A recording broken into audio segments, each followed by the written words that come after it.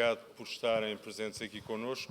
Ainda falta muita gente, nós temos 250 inscritos, era para encher a sala, mas ainda falta de facto bastante gente, mas temos que começar. Já está na hora e vamos começar. Por isso, nesta sessão de abertura e boas-vindas, primeiro falará a professora doutora Ana Noronha, que é diretora executiva da Ciência Viva.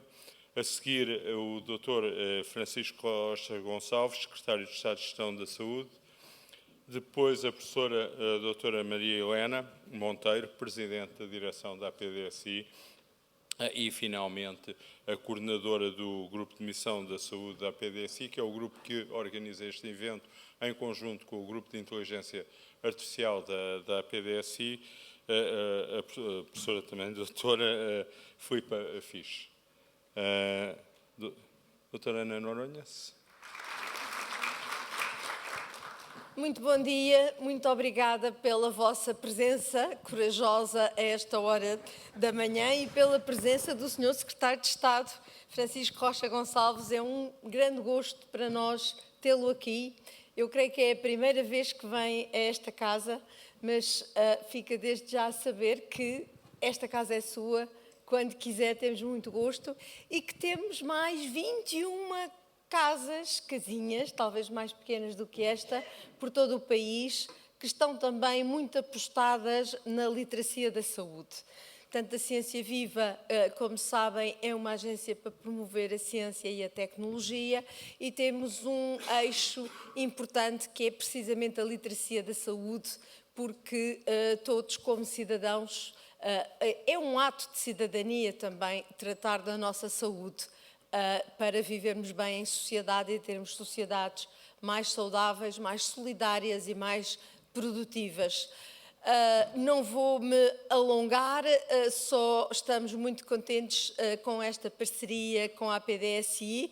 Temos tratado cada ano um tema em que a inteligência artificial vai introduzir mudanças e serão muitas. Este ano coube a vez à saúde. Portanto, muito obrigada à APDSI, os nossos parceiros. A inteligência artificial já não vale a pena dizer, e tal, se calhar isto vai mudar, vai não sei o quê. Não vai, está a mudar tudo. Ainda ontem estávamos no Fórum de Inteligência Artificial ali na Fundação Champalimau, com alguns dos intervenientes até que vão estar aqui, e a bola está a rolar. A bola está a rolar. Portanto, nós temos que fazer uso dela de uma forma responsável e com conhecimento.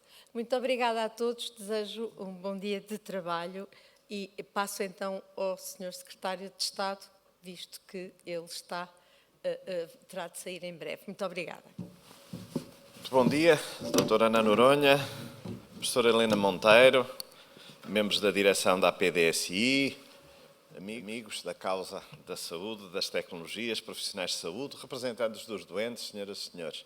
É uma satisfação estar aqui. De facto, neste contexto, Ciência Viva é a primeira vez, doutora Ana Noronha. A APDSI já é muito conhecida e, portanto, em primeiro lugar, os cumprimentos e os parabéns à sua professora pelo trabalho que aqui vem desenvolvendo ao longo dos anos.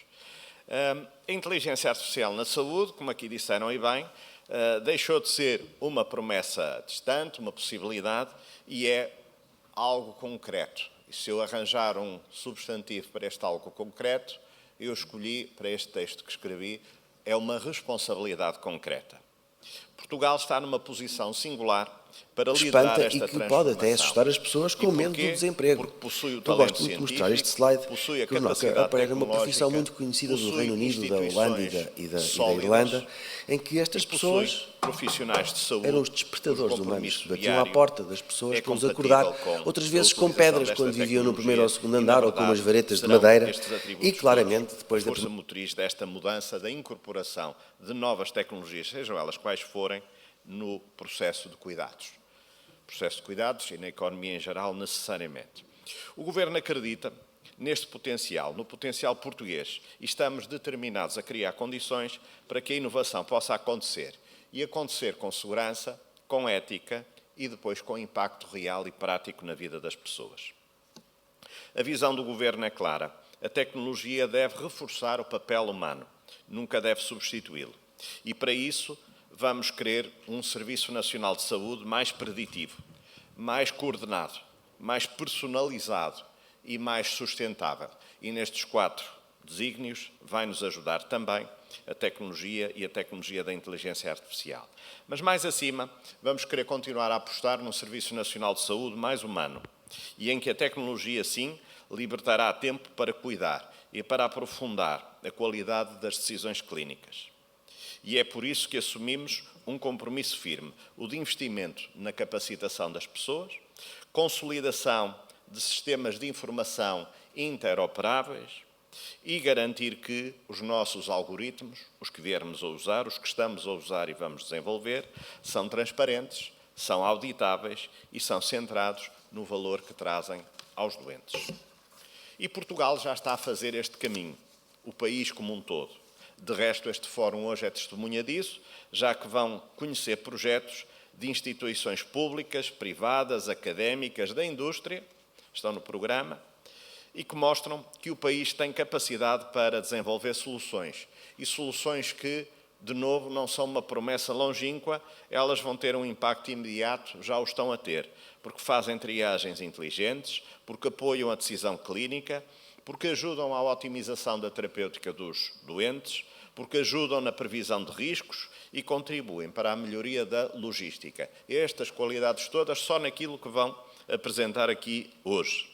E cada um destes exemplos demonstrará que a IA não é apenas uma ferramenta que vise eficiência operacional, e já não seria mau, é realmente acrescentar valor à saúde. Vai representar, no fim, menos complicações para os doentes, menos desperdício para o sistema, diagnósticos mais precisos em apoio aos profissionais e, sobretudo, vamos, graças a estas tecnologias, ter os cidadãos melhor acompanhados. Temos, no entanto, uma obrigação, que é de avançar com realismo e maturidade. A IA vai trazer riscos e vai exigir de nós regulação firme, alinhada, por exemplo, com o Ato Europeu de Inteligência Artificial, que proteja os dados, que garanta a equidade e que preserve a confiança dos cidadãos. Só assim a inovação terá bases sólidas para crescer. E é neste espírito que o Governo está a desenvolver uma abordagem de inovação dita responsável, porque aberta ao progresso, mas intransigente, de novo, nas questões de segurança, de ética e de proteção das pessoas. Esta transformação não pertence a um Ministério, nem a um Governo único, ou a um hospital, ou a uma empresa. É uma agenda para o país, e é uma agenda de todos, e é uma agenda que só se faz com o contributo de todos. Atravessa a ciência, a saúde, a economia, a administração pública, os setores privados. Tem a ver com tudo e exige colaboração, por um lado, humildade e, sobretudo, humildade institucional. Ninguém, nem nenhuma instituição tem o segredo de tudo isto e exige, impõe, desenvolvermos uma visão comum que eventos e instituições como a PDSI muito nos ajudam a construir. E se há algo que distingue Portugal, é precisamente a nossa capacidade de, ao longo de 800 anos, construir pontes. Pontes entre saberes, entre setores e entre pessoas. Por isso, hoje reafirmo a confiança que o vosso Governo tem no ecossistema nacional. Temos condições para estar entre os países que melhor integram tecnologia com cuidados de saúde. Temos a ambição, temos a experiência e já temos resultados. E temos, sobretudo, a determinação de continuar a fazer destas ferramentas, como fizemos com outras no passado, aliadas do acesso a cuidados, da qualidade desses cuidados, da eficiência com que são prestados e, sobretudo, da dignidade das pessoas que nos procuram. O futuro da inteligência artificial portuguesa está a ser construído agora, convosco também, com responsabilidade, rigor e esperança. Tudo isto numa frase: Portugal está preparado para liderar. Muito obrigado. Muito bom dia. Portanto, é sempre com muito entusiasmo que eu dou estes bons dias e faço os agradecimentos a todos vós. E hoje, por acaso, somos sempre inspirados por alguém que nós convidamos e que aceitam o nosso convite, o que é muito bom. Este ano foi o Sr. Secretário de Estado, excelente. Ainda consegue, dentro da agenda, que as agendas devem ser bem complicadas, as vossas são e as minhas também, e as dele devem ser muito mais. E, portanto, foi muito bom. Portanto, vamos ver o que é que se consegue fazer, de facto, em todo este domínio. Hoje temos uma manhã ativa e, portanto, a mim cabe-me fazer os agradecimentos como Presidente da Direção da APDSI. Queria agradecer à doutora Ana Noronha, que não está aqui agora, mas eu já lhe agradeci e volto a agradecer, a Diretora Executiva da Ciência Viva. Portanto, o desafio, o constante apoio, a colaboração na preparação deste momento, assim como também as suas palavras. A APDSI é uma associação sem fins lucrativos, trabalha para a sociedade civil e, portanto, a nossa vida está fundamentada, está sediada em pontes e em rede. E com a Ciência Viva tem sido exatamente essa a realidade. Esperemos que vá continuar, portanto já fizemos um evento sobre a inteligência artificial e a arte, hoje é a inteligência artificial e a saúde, e vamos ver como será o próximo ano. Digo-vos que estas conferências são preparadas com muita antecedência e envolvem as equipas de ambas as instituições. É o exemplo nítido de como o esforço progressivamente vai dando resultados. Nada disto funcionaria sem a vossa presença e, portanto, uma vez mais, muito obrigado pela vossa presença. Também tinha aqui umas palavras para o Dr. Francisco Rocha Gonçalves, que também não vai ouvir, mas única e exclusivamente para dizer que a presença e as palavras nesta conferência, onde temos uma expectativa de 200 participantes, e o propósito das equipas de inteligência artificial da APDSI. A APDSI tem vários grupos de trabalho e internos, muitas vezes nós chamamos grupos de missão porque têm que fazer entregas mesmo, e esta envolveu a articulação do grupo de inteligência artificial. Temos um grupo de inteligência artificial na APDSI que vos convido, se quiserem, se tiverem interesse, em contactar connosco, www.apdsi.pt, e, portanto, poderão ser incluídos nesse grupo e, portanto, estar a par de todas as discussões que vão ocorrendo e depois dos eventos que vão sendo feitos. E também temos um grupo de saúde, e, portanto, também temos um grupo dirigido para a saúde e, cada vez mais, há um casamento entre estes vários grupos, como aconteceu com esta conferência. Portanto, cruzaram-se com a emergência e a urgência de repensar em Portugal quais os desafios da IA para a saúde. Eu depois faço os agradecimentos diretos ao Sr. Secretário de Estado, de qualquer maneira fortaleceu o nosso posicionamento no mercado, e não é fácil a uma ONG com características independentes continuar a elaborar e a fazer coisas que tenham valor para os seus associados. E, portanto, é esse sempre o nosso fito. Agradeço à doutora Filipa Fisch, que está aqui connosco, como vogal da direção da APDSI, com a responsabilidade de acompanhar o grupo de missão dedicado à saúde, e todo o entusiasmo e empenho na preparação desta conferência. Agradeço igualmente ao Dr. Nuno Gonçalves, como coordenador do grupo de missão da APDSI dedicado à inteligência artificial, e a todo o seu grupo, também o entusiasmo e o empenho na identificação, concepção e preparação desta conferência. Estes grupos, isto é muito interessante, porque isto é o trabalho de equipa, o trabalho de rede, o trabalho dos grupos, e cada um de vós sabe, não é? Portanto, se a gente está num grupo e gosta e tem objetivos e tem entusiasmo, depois, para mim, a minha única questão é fazê-los parar um bocadinho, porque nós não temos infraestrutura na retaguarda capaz de aguentar todo o entusiasmo todo o entusiasmo e as ideias geradas, mas dentro deste equilíbrio saem esta conferência, por exemplo, e outras que temos vindo a realizar. Não posso deixar de esquecer o Dr. João Catarino Tavares, que foi quem nos apresentou fazer este primeiro arranque, que é vogal da direção da APDSI, que acompanha o grupo de IA enquanto vogal da direção e está sempre muito energicamente presente nas iniciativas propostas pelo grupo de IA. E, portanto, o João é dos tais vogais que têm que ser, a certa altura, acalmados, porque senão a APDSI só trabalha para ele. E, portanto, bem-aja, João, que continues assim e eu a fazer o meu trabalho. Agradeço ao Dr. Pedro Gouveia, que é fantástico estar connosco, cirurgião da unidade da mama do Centro da Clínica em Champalimau, ter aceitado o convite para nos apresentar os seus pensamentos e saber sobre o potencial e os riscos da IA na saúde. Muito obrigado, não só pela capacidade dos seus conhecimentos e por ter encontrado um bocadinho na agenda para estar aqui connosco.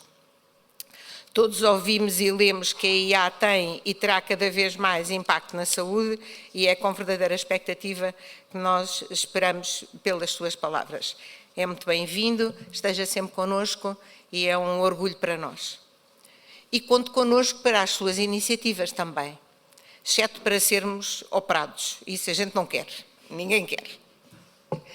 Agradeço aos moderadores, a professora doutora Ana Teresa Freitas, que é uma amiga da APDSI, é presidente do Departamento de Engenharia e de Informática do Técnico e do Técnico de Lisboa e, portanto, tem-nos acompanhado na APDSI sempre com um sorriso enorme e, portanto, uma vez mais aceitou ser moderadora.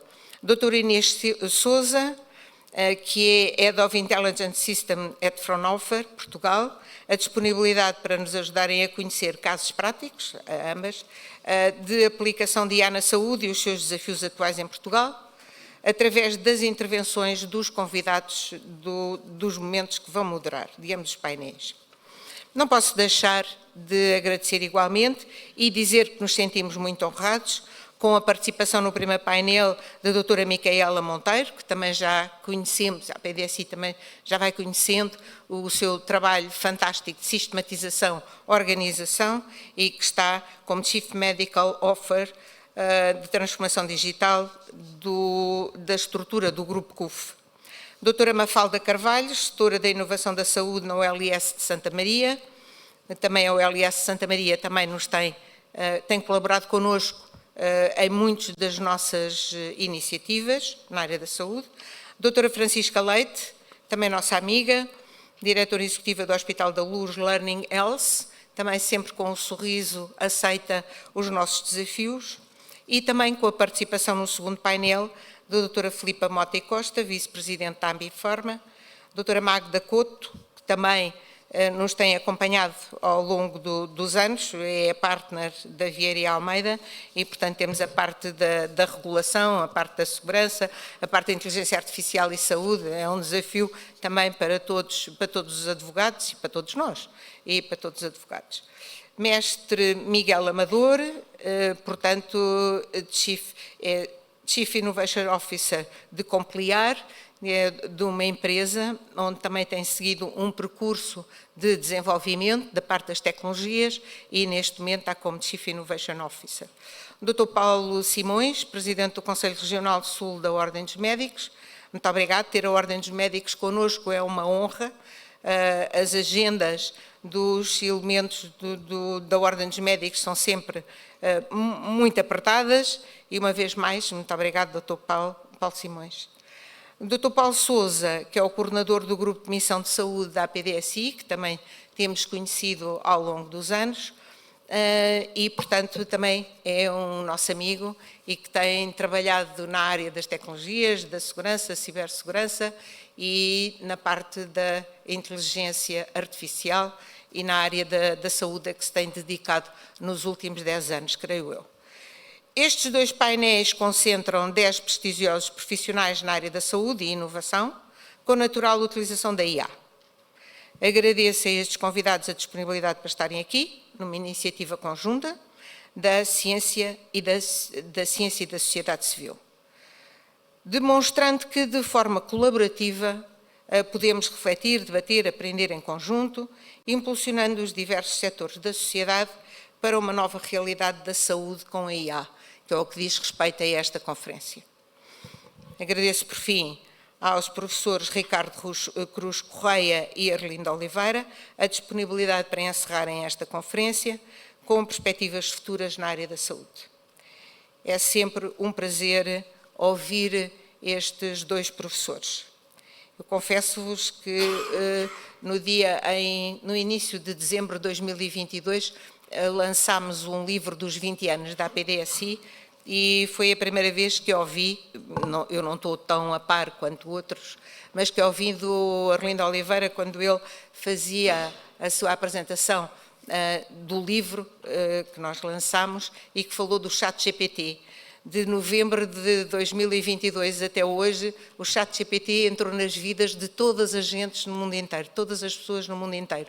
É impressionante a rapidez, a urgência e a brutalidade do impacto que as tecnologias de inteligência artificial nos trazem. Este é apenas um exemplo entre muitos outros, desde crianças das escolas até às pessoas já mais séniores que continuam a querer aprender e a posicionar-se na inovação, na vida que vão correndo. E, portanto, o Arlindo Oliveira é sempre um grande amigo. Esta manhã terminará com algumas palavras do professor Nuno Gonçalves e da professora Filipa Fisch, certamente convidando todos a agir serena e democraticamente de acordo com os desafios que ouvimos. Ainda tenho aqui umas folhas, mas vou acelerar. Portanto, o que eu queria referir era aos nossos associados e patrocinadores. Agradeço sempre muito sinceramente o apoio para o nosso funcionamento. Não é fácil, como podem imaginar, e só assim, com um propósito comum e de mãos dadas, podemos contribuir para um futuro melhor. A APDSI, o seu funcionamento depende de vós e temos que estar honrados e satisfeitos por termos conseguido, até à data, ter já 24 anos de vida nesta dinâmica aqui.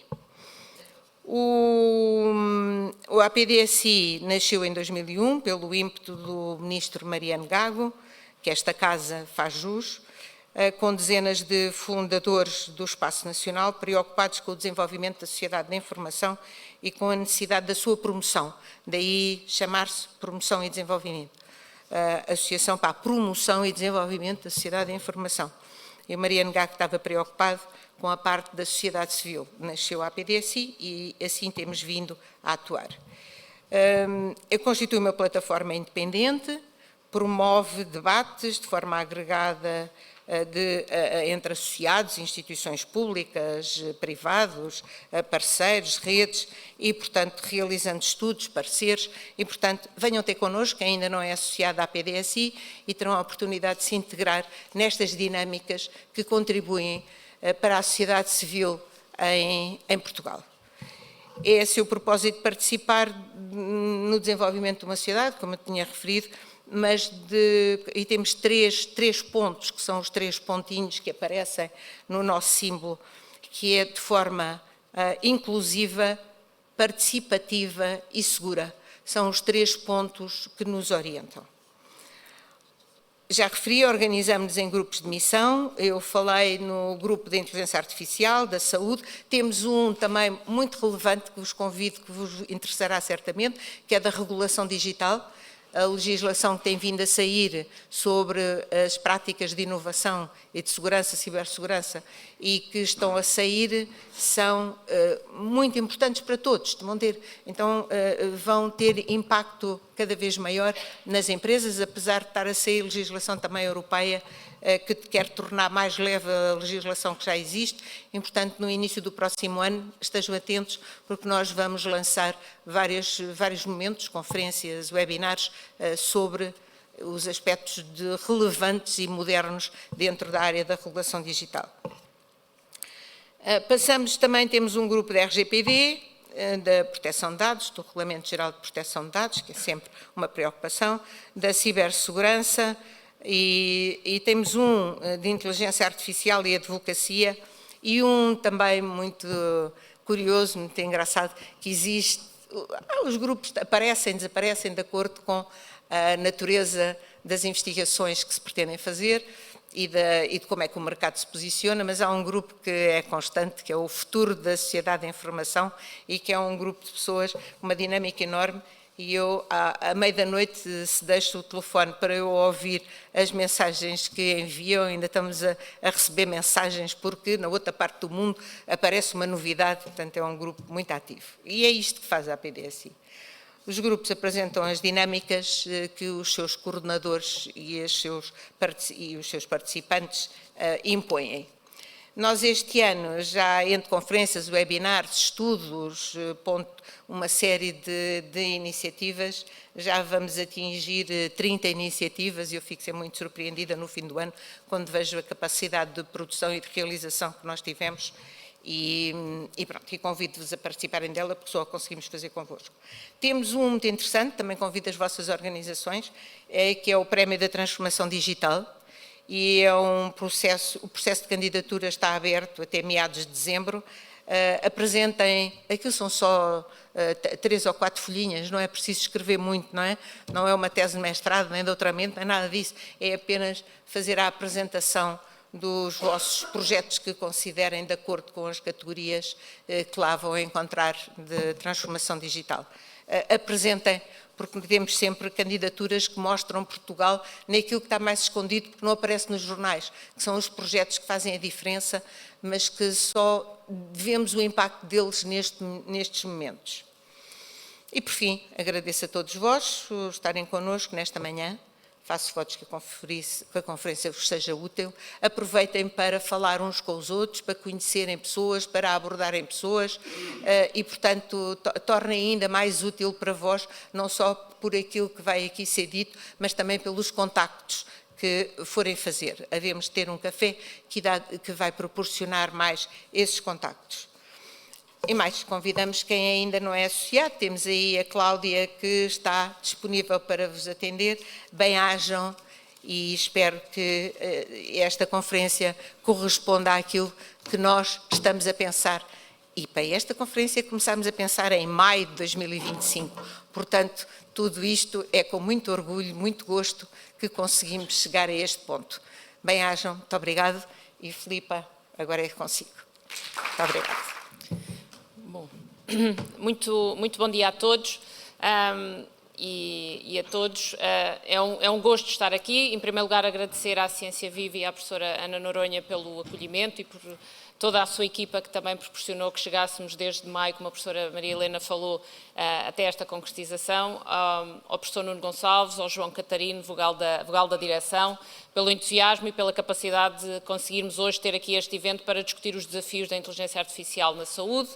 Cumprimentar todos os que estão na sala, portanto, o Sr. Secretário de Estado, agradecer muito a sua presença, já não está, mas foi ótimo contar com ele durante estes minutos e mostrar também qual é a perspectiva que o Governo português tem sobre esta diferenciação e sobre a utilização da tecnologia e na união que pode trazer entre os diferentes cuidados de saúde, desde a prevenção até à fase final, que precisamos de cuidados, principalmente através da tecnologia e que temos que transformar, porque não temos uma população mais idosa, porque temos pessoas que cada vez mais precisam de cuidados, independentemente do local onde esteja, e porque cada um de nós, no final, quer ter esta possibilidade de ter cuidados sem ter que efetivamente estar sempre a deslocar-se ou permitir que os cuidados também sejam mais personalizados. E, portanto, a tecnologia nesta área e o que apresentou aqui também nos traz essa esperança e essa capacidade de olharmos para o futuro e do bom que podemos fazer em Portugal. Agradecer às diferentes ordens que estão aqui presentes, nomeadamente à Ordem dos Médicos, que vai ser um dos oradores que estão aqui presentes, às diferentes ULS, aos centros de investigação, às faculdades, aos investigadores, aos professores, e a todos que tiraram um bocadinho do seu tempo para estar aqui hoje. Sei que nunca é um tema fácil, chegar aqui de manhã a esta hora também é outro desafio, mas a sala está a ficar muito mais composta.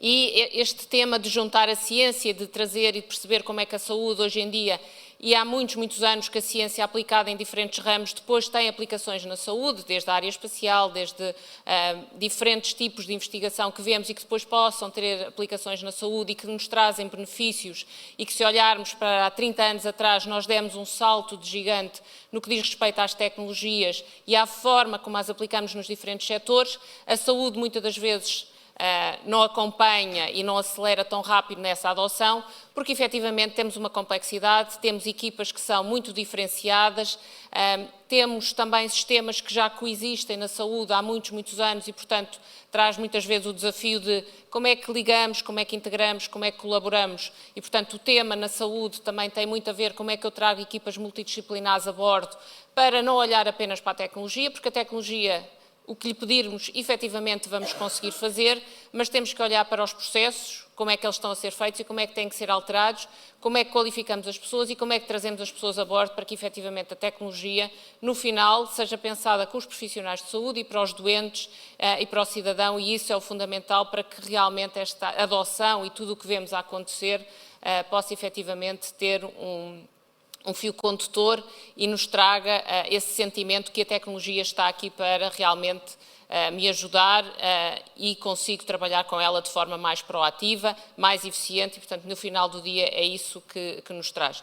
Vamos ter vários exemplos ao longo dos painéis e das apresentações que vamos ter aqui ao longo desta manhã, que nos vão trazer bons exemplos de como já estão implementados, de como estão a transformar os cuidados de saúde e como estão a trazer melhores resultados, que esse também é um aspecto fundamental, e mais equidade. Não podemos esquecer que a tecnologia efetivamente chega a muitos de nós, mas a outros não chega da mesma forma e, portanto, como é que gerimos esta equidade através, nomeadamente, de estruturas locais ou de proximidade com o cidadão, é um tema fundamental, mas também trazer à discussão quais são os principais desafios que as entidades, os profissionais veem hoje em dia no que já aplicam, mas como é que os desafios de utilização de dados, privacidade de dados, de éticos, de acessibilidade, desta equidade, como é que eles são tratados?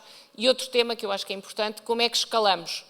Porque se é aplicado dentro de uma instituição de saúde, seja ela pública ou privada, como é que eu depois, e se é um bom exemplo, como é que eu posso ampliar o seu efeito aplicado em Portugal e olhando depois, porque acho que temos a capacidade quase de transformar e de ser uma boa montra do que pode ser feito a partir de Portugal e transformar e aplicar isto quando estamos a falar na economia da saúde e como é que as empresas depois podem potenciar o que aqui fazem para outras geografias. Portanto, agradecer muito aos oradores, aos moderadores e às pessoas que estão na sala a disponibilidade. Espero que a discussão traga pontos de discussão futura, que contem com a APDSI também nesta equação multidisciplinar e como podemos trazer palco a diferentes perspectivas e a diferentes discussões. E terminava só com uma frase que é mais importante do que conhecer a doença, é conhecer o doente que tem a doença e, portanto, a tecnologia, claro que tem um papel fundamental, mas conhecer a pessoa e a interação com a pessoa será fundamental, mas a tecnologia terá um papel fundamental para que exista tempo para tal. Desejo a todos uma ótima manhã, uma ótima conferência e muito boas discussões. Muito obrigada e penso que posso anunciar a próxima apresentação. Aproveitando que estou aqui, chamava ao palco o Dr. Pedro Gouveia, médico cirurgião da Fundação Chapalimau, investigador e um futurista também que olha para estes temas. Agradecer novamente a disponibilidade. Muito obrigada. Muito bom dia e obrigado pelo convite e pela apresentação. É um gosto estar aqui e, sem mais demora, queria começar por vos mostrar só um bocadinho. Ok. Então, este ano a Fundação Chapalimau organizou uma conferência, o Medic AI 2025, no dia 16 de julho, e uma das oradoras foi a Marta Dombi. A Marta Dombi era uma doente alemã que teve um infortúnio há 6 anos numa prova de triatlo, ter um acidente de bicicleta e ficou paraplégica. Era uma jovem, casada com uma filha na altura. Este era o aspecto, estava a lutar pela vida, nos cuidados intensivos, depois do acidente e depois de uma cirurgia. E quando percebemos que esta revolução pode trazer um grande potencial, é importante dar casos de uso para perceber onde é que ela está, que às vezes é difícil. Vou-vos mostrar aqui um pequeno vídeo que passou nos 60 minutos da CBS este ano. Thinks about moving a limb, those electrodes record the intelligence to translate the recordings into instructions for the stimulation device implanted on the spinal cord. That device sends electrical pulses activating muscles in the legs or arms. Ou seja, all of it a happens in Marta, about half a second. que ficou paraplégica, teve a possibilidade de, na Suíça, num laboratório de investigação, ser a doente mais grave que alguma vez eles tinham recebido e fazer um implante no cérebro e na coluna com os neuroestimuladores para que o seu cérebro pudesse voltar a comunicar com as pernas. Ela não sente, hoje ainda tem que se movimentar de cadeira de rodas, mas já consegue andar sozinha. E, portanto, esta é a transformação que alguns dispositivos médicos com recurso à inteligência artificial podem fazer pelos doentes. Portanto, ela teve que ser reeducada, ela tem que pensar que vai andar para os músculos das pernas se ativarem de forma síncrona e para ela própria poder ter o prazer da locomoção e em família. Foi uma história apaixonante e emocionante e este é um dos potenciais da tecnologia. Hoje vamos falar, além do potencial, também de alguns riscos no final, mas aquilo que eu vos quero transmitir é que para a vida do homem e da mulher nós preservamos muito a longevidade e, na verdade, nós temos sabido viver cada vez mais, embora hajam discrepâncias na esperança média de vida. 87 anos no Mónaco, 54 anos no Chad. E hoje aprendemos também que, além de vivermos mais tempo, também é importante viver com qualidade de vida. Aliás, essa é talvez uma das maiores falhas do Sistema Nacional de Saúde, pois, não sei se sabem, mas a gestão do Sistema Nacional de Saúde, e hoje temos aqui o Secretário de Estado, é qualidade de serviço. Número de consultas, número de cirurgias, não importa se elas aportam valor ou se as cirurgias são bem feitas, o que interessa fazer. Não interessa se se faz muito bem ou não. Mas a verdade é assim que se contabiliza a produção do Sistema Nacional de Saúde. Deixe-me-vos dizer que é uma ambição pobre. Mas então, vamos a falar do Sistema Nacional de Saúde, mas então, de uma forma global, quais são os determinantes de saúde para a população? Foi publicado um artigo em que diz que 20% é o código genético, todos compreendemos isso, 22% o código postal, o local onde vivemos, de facto, molda o tipo de doenças que podemos ter ao longo do curso da vida. Mas reparem, 37% é o comportamento. São os nossos estilos de vida, são as nossas escolhas do dia-a-dia, incluindo quando vão ao supermercado, nas prateleiras, para encontrar os vossos produtos que depois vão consumir.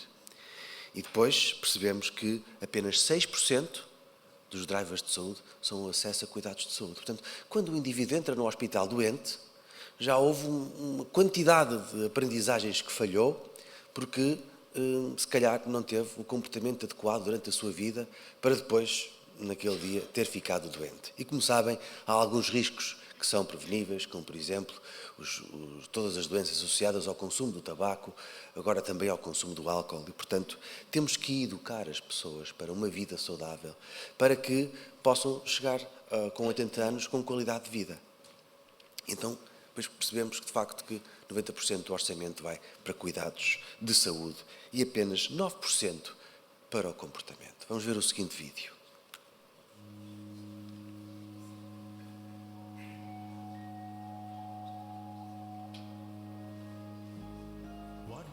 Mais alto, se faz favor, o som. Will you be quick enough for a game of tag with your grandchild? Strong enough to embrace every moment?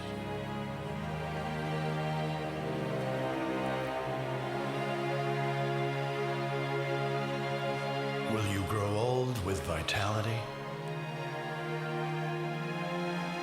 Or get old with disease?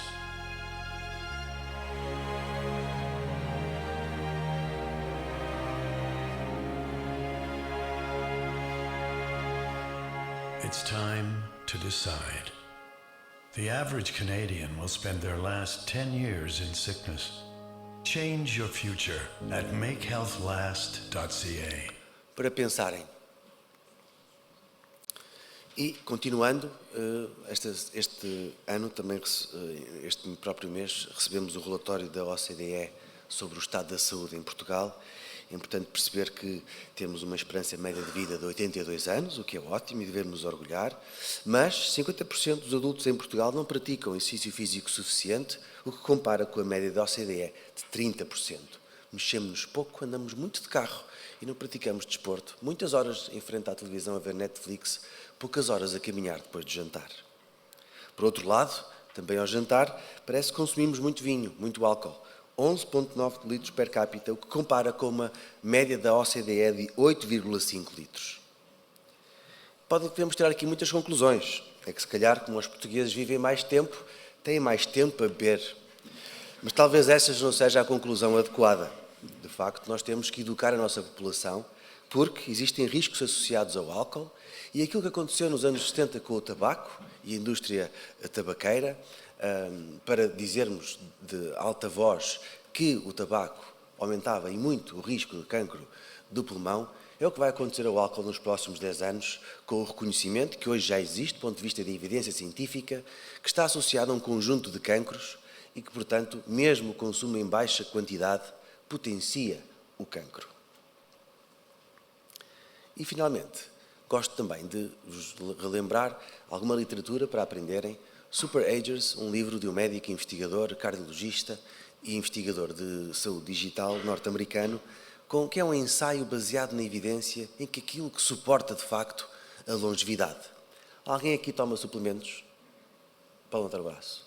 O que este livro demonstra é que não há nenhuma evidência que os suplementos ajudem na longevidade ou na qualidade de vida. Portanto, não desperdicem o dinheiro, comprem uma bicicleta e façam desporto. Bom, mas o que este livro revela é que existem várias dimensões para a saúde. E para falar um bocadinho de inteligência artificial, reparem que até aqui não precisamos ainda de inteligência artificial, só precisamos de sermos humanos e termos um estilo de vida saudável. Pois a inteligência artificial pode aparecer, mas já quando existe um problema. Mas, na verdade, estamos num período em que existe uma combinação extraordinária entre as ciências da vida, que define um bocadinho a saúde e a medicina, tradicionalmente, mas agora combinada com as tecnologias de informação, onde depois se podem aplicar camadas de inteligência artificial. E com isto conseguimos desenvolvimentos extraordinários. E conseguimos até encontrar, por vezes, exemplos que podemos aplicar na nossa vida, como, por exemplo, uma simples vacina. As vacinas hoje têm uma produção automatizada. Vimos no Covid que, através da inteligência artificial e da robótica, conseguimos produzir vacinas em grande quantidade e elas também continuam a fazer parte da nossa vida. Hoje também existe uma franja da nossa população que é contra as vacinas. Eu respeito a individualidade de cada um, mas para vos dar aqui um exemplo, que sem inteligência artificial, uma simples vacina para o herpes zoster pode diminuir o risco de demência vascular em cerca de 40%, que é a principal forma de demência.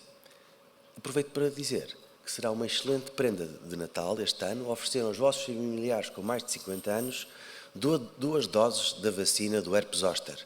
O herpes zoster não previne o aparecimento do herpes, mas ela secundariamente diminui os sintomas. Mas é verdade que tem este efeito benéfico secundário. São 2 doses, não são coparticipadas pelo Sistema Nacional de Saúde. Cada dose custa 150 € e têm de ser administradas no intervalo entre 3 a 6 meses. Portanto, fica aqui uma sugestão para o Natal.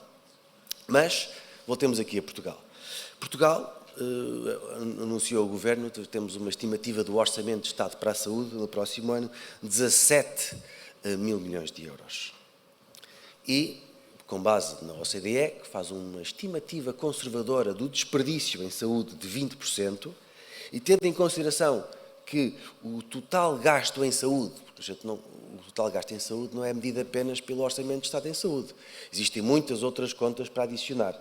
E das últimas contas disponíveis, publicadas ainda para o ano 2023, não temos dados do ano passado, é que o nosso total de gasto em saúde em 2023 foi de 26 mil milhões de euros. Ora, se aplicarmos a métrica de 20%, que é uma métrica conservadora, atingimos um desperdício em saúde de 5 mil milhões de euros. É muito dinheiro. E isto acontece é no momento em que existe uma grande fragmentação da indústria com a entrada de players que nós não estávamos habituados a ver na saúde. E este gráfico que foi publicado este ano revela de facto quão grande é esta quarta revolução industrial com a inteligência artificial. A NVIDIA, que é o maior produtor de chips para a inteligência artificial do mundo, uma companhia norte-americana, tem uma valorização de mercado, um market cap, superior a toda a indústria farmacêutica combinada. E, portanto, este é o poder da transformação que afeta todos os setores, incluindo o da saúde, e de uma forma tão magnificamente grande que impressiona pela escala. O ChatGPT, hoje já falamos, que apareceu em 2022, em outubro, e 99% dos humanos nessa altura não sabiam o que era a tecnologia dos Transformers. O facto é que esta tecnologia tem vindo a entrar nas nossas casas, nos nossos empregos, ainda de uma forma muito reduzida. Eu há pouco tempo estive a fazer uma formação onde estavam 12 elementos da entidade reguladora da saúde sobre como utilizar o ChatGPT, e o que disseram no final é que era tudo muito promissor e espetacular, mas que eles não podiam utilizar o ChatGPT na entidade reguladora da saúde porque não estava integrado nos sistemas. E, portanto, é algo que temos que melhorar e modificar para que possamos tirar partido destas novas tecnologias. E, de facto, aquilo que tem acontecido com a inteligência artificial é que ela tem transposto para a realidade a transformação e a substituição de tarefas normalmente atribuídas aos humanos. E reparem que desde 2016, este gráfico que demonstra o número de tarefas que são substituídas pela inteligência artificial tem aqui linhas absolutamente verticais, o que espanta e que pode até assustar as pessoas com medo do desemprego. Eu gosto muito de mostrar este slide, que o knocker era uma profissão muito conhecida do Reino Unido, da Holanda e da Irlanda, em que estas pessoas eram os despertadores humanos que batiam à porta das pessoas para os acordar, outras vezes com pedras quando viviam no primeiro ou segundo andar ou com umas varetas de madeira, e claramente depois da primeira Revolução Industrial estas pessoas perderam o emprego. Não morreram, adaptaram-se, foram ter outro tipo de empregos. E este artigo, publicado em 2022, demonstra isto. Ou seja, fizeram uma comparação sobre o tipo de emprego que existia em 1940 e o tipo de emprego que existia em 2018, e 60% do emprego em 2018 era em formas de trabalho que não existiam em 1940. Portanto, quando no Natal, e depois de darem as prendas do herpes zoster aos vossos familiares, quando perguntarem à Maria, Maria, o que é que tu queres ser quando fores maior? Evitem fazer essa pergunta. Provavelmente a Maria vai escolher uma profissão que hoje, em 2025, ainda não existe. E então, como é que a inteligência artificial generativa vai impactar o mercado da saúde? Este foi um artigo publicado na JAMA, já o ano passado. É um dos artigos preferidos que eu li. Então, foram buscar 50 médicos de Stanford e dividiram-nos em dois grupos. O primeiro grupo podia usar o ChatGPT, o segundo não podia e podia apenas utilizar as referências médicas bibliográficas que usam tradicionalmente. Distribuíram casos clínicos a ambos os grupos e mediram a performance de médicos de ambos os grupos a resolver. E a performance do primeiro grupo não foi superior à do segundo grupo. O problema foi quando distribuíram os casos clínicos ao ChatGPT sozinho e ele resolveu incrivelmente de forma mais rápida do que os dois grupos anteriores. Claro que podíamos dizer assim uma notícia sensacionalista que os médicos iam ser substituídos pelo ChatGPT. Essa não é a mensagem subliminar.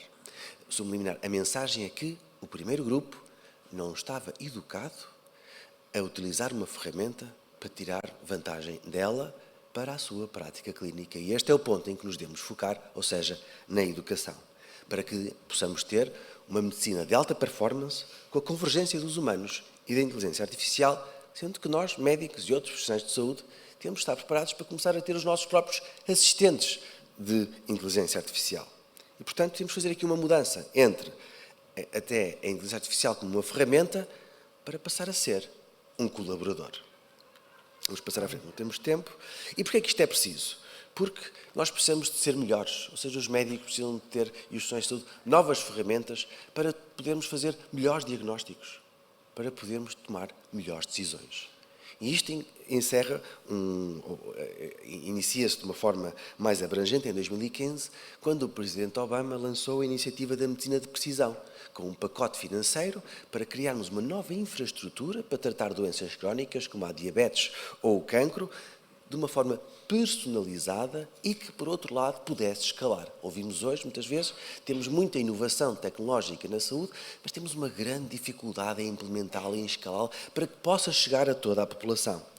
A Europa lançou em 2022 o Espaço Europeu de Dados em Saúde e foi aprovada este ano, em março de 2025, para que, de facto, os dados possam fluir e que a interoperabilidade seja uma realidade. Porque os dados são muito importantes, mas eles só são muito importantes se eles se moverem de um lado para o outro. É como a eletricidade. Se não houver transferência, não há valor. E na saúde é igual. E se calhar a maior transformação, a maior oportunidade que podemos ver nos próximos anos na saúde é a utilização dos assistentes que nos ajudam a reunir um conjunto de informação. Eu sou cirurgião de cancro da mama e quando estou em frente ao doente passo 50% do meu tempo a olhar para o computador. O relatório da ressonância, o relatório da ecografia, o relatório da mamografia, as análises, o eletrocardiograma, a cintigrafia óssea, o TAC. Para cada um destes documentos eu abro um PDF diferente. Sim, porque é preciso dizer que o processo clínico eletrónico não foi criado para ajudar os profissionais de saúde nem os doentes. Foi só para medir qualidade de serviço, consultas e faturar. Depois, a certa altura, olha, escreve lá um quadradinho que é para os médicos e enfermeiros poderem escrever qualquer coisa. Na verdade, foi assim que foi criado, porque ele não nos ajuda. E então, esta nova tecnologia permite-me a mim pedir ao meu assistente para reunir a informação necessária e vital para que, de facto, eu possa ter uma profissão e um contacto com o doente mais humano. Para aqueles que dizem, a inteligência artificial vai desumanizar a medicina. Isso não é verdade, ela já está desumanizada quando eu passo 50% a olhar para um computador. Eu preciso da tecnologia para que possa relevar as minhas qualidades humanas de empatia, de criatividade e de compaixão pelo próximo, para que eu possa ouvir o doente e para que o possa ajudar e não passar metade do tempo a olhar para um computador, quando ele funciona. E começam a surgir as publicações que comprovam um ganho de produtividade com estes agentes de 20% a 30% de eficiência. Ora, numa altura em que falamos muito sobre a falta de recursos humanos na saúde, é importante termos ferramentas para não é sermos substituídos, para sermos aumentados, ou seja, na nossa capacidade de trabalho em contacto direto com os doentes. E, portanto, podemos então entrar num caminho no Espaço Europeu de Dados em Saúde, em que temos um framework de aplicação deste espaço em cada um dos hospitais para a interoperabilidade, para a orquestração dos cuidados, para que no futuro podemos pensar na inteligência artificial na medicina e pensar na inteligência artificial como um medicamento. E surge aqui a possibilidade e a emergência dos digital twins e da inteligência artificial generativa e dou o exemplo dos cuidados intensivos. Hoje em dia, todos os dias, 3 vezes ao dia, passa-se o turno dos doentes nos cuidados intensivos. Médicos, enfermeiros e outros estão ali a passar os doentes.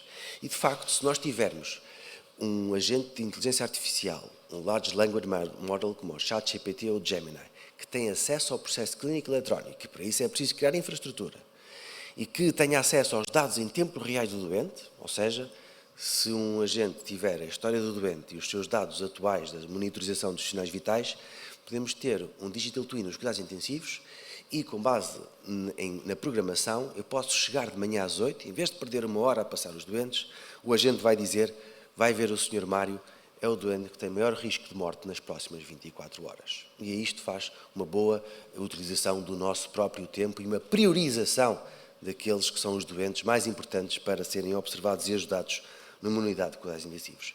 E vemos hoje, de facto, no mundo em que a internet é fundamental. E nós, Portugal, temos que fazer o shift, ou seja, todas as nossas infraestruturas tecnológicas públicas baseiam-se em servidores locais e para a implementação da inteligência artificial temos que ter uma autoestrada. Essa autoestrada é a nuvem dos dados e, portanto, temos que transpor para a nuvem para que possamos tirar partido da internet das coisas e de nos ligarmos uns aos outros para que possamos ter informação que tenha um significado especial. Vamos ver este vídeo que demonstra como aquilo que ocorre fora dos hospitais pode ser transformador. Our voice has the potential to change the world. And for the millions in communities of color and developing countries facing limited access to healthcare, it now, for the first time, has the power to save lives.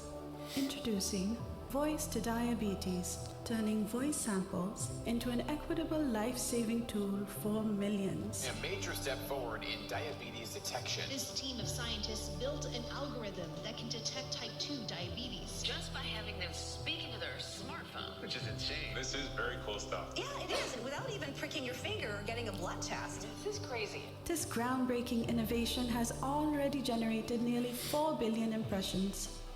But what matters most is the significant impact it has on people's lives. India is the second capital of diabetes in the world. Unfortunately, 50% of them are still undiagnosed. Voice to Diabetes will be able to give access to the 1 billion people who have mobile phones and could save countless lives.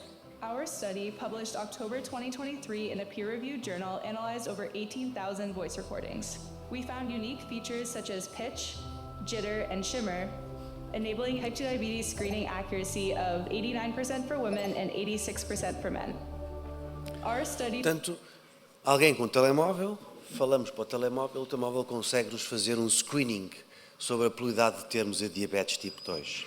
Antes as pessoas iam ao médico para saber se estavam bem ou não, vão passar a ir ao médico já com um pré-diagnóstico. Olha, então porquê é que veio ter aqui, Senhora Maria? Eu vim aqui porque o meu telemóvel disse-me que eu tinha diabetes. E, portanto, isto é uma transformação na nossa prática diária, em que os diagnósticos passam a ser feitos em casa através do potencial dos smartphones, das aplicações e da internet. E temos que nos preparar para este advento, e em 2017 o mesmo que publicou o livro Super Agers foi solicitado pelo primeiro-ministro britânico para estabelecer um documento sobre como preparar a força de trabalho da saúde. Ele definiu 4 pilares: a genómica, a saúde digital, a inteligência artificial e a robótica. E priorizou princípios para a implementação destas novas tecnologias. Os doentes têm que ser considerados parceiros, fazem parte da nossa equipa. Os doentes, os profissionais de saúde, têm que ter literacia tecnológica para que possam escolher e usar os dispositivos que façam sentido e que sejam eficientes para as pessoas. E, sempre que possível, termos a dádiva do tempo. Dei o exemplo da consulta, em que eu passo muito tempo a olhar para o computador.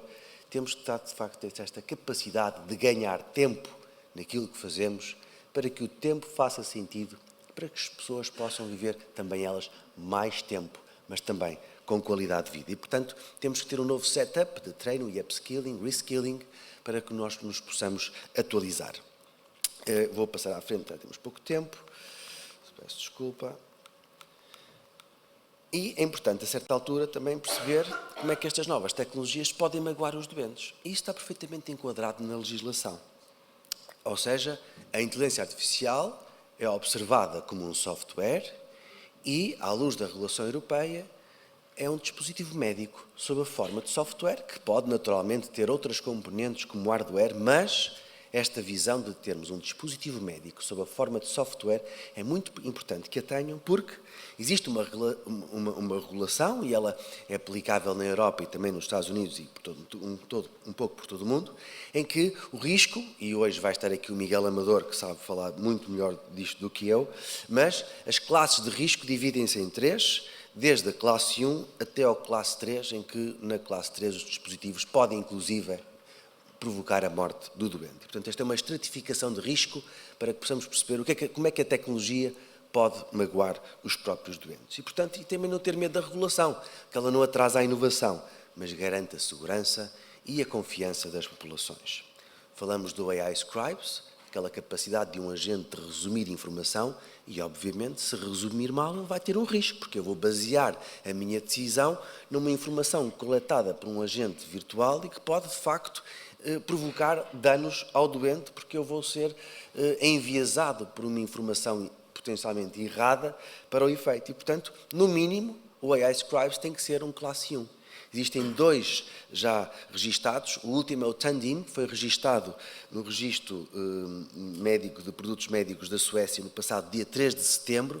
E, portanto, é importante que nós, no Sistema Nacional de Saúde, consigamos implementar estas tecnologias com segurança, e para vos dizer que ainda não existe nenhum AI Scribe certificado a operar em Portugal. Lemos também o papel da SPMS. A SPMS este ano lançou um white paper sobre a inteligência artificial na saúde em Portugal, E este white paper, convido-vos a ler, tem muita informação muito importante, mas também ele próprio é insuficiente. Porque no PDF podem fazer essa pesquisa, o PDF procurar as palavras dispositivo médico. Não vão encontrar nenhuma vez estas duas palavras juntas, junto do white paper da SPMS. E, portanto, temos um caminho também de literacia tecnológica, não só dos profissionais de saúde, mas também das instituições e daqueles que tomam decisões para que possam convergir num ecossistema saudável, necessário e urgente para que possamos fazer amanhã mais e melhor. Importante também o conceito da aprendizagem contínua. E este também é um risco importante que começa a estar documentado e a haver evidência científica, nomeadamente o impacto da inteligência artificial na aprendizagem.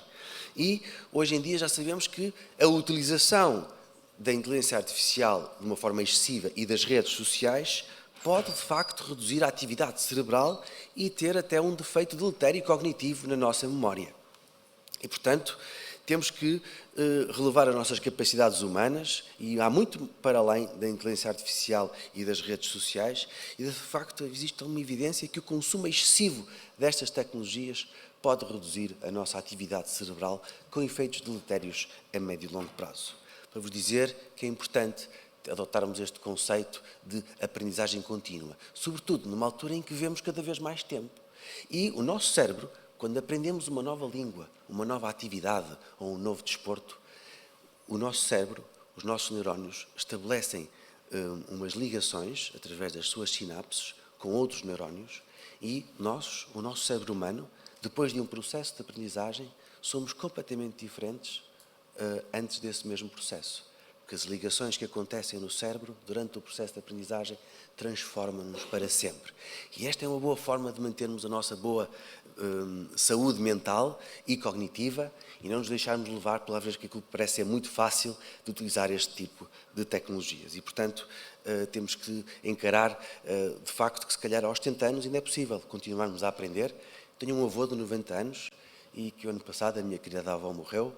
E ele, uma forma de passar o tempo, inscreveu-se na Universidade Sénior, em aulas de História, precisamente para continuar a ter uma segunda vida e para continuar a aprender, ainda que tenha os seus 90 anos. Convido-vos a participar na conferência do próximo ano Medic AI, onde vamos ter algumas novidades, temos já alguns speakers confirmados. Mais uma vez, renovar o meu agradecimento de estar aqui presente na conferência da APDCI. É um prazer e não se esqueçam, vivam bem, herpes zoster no Natal, e continuem a aprender. Obrigado.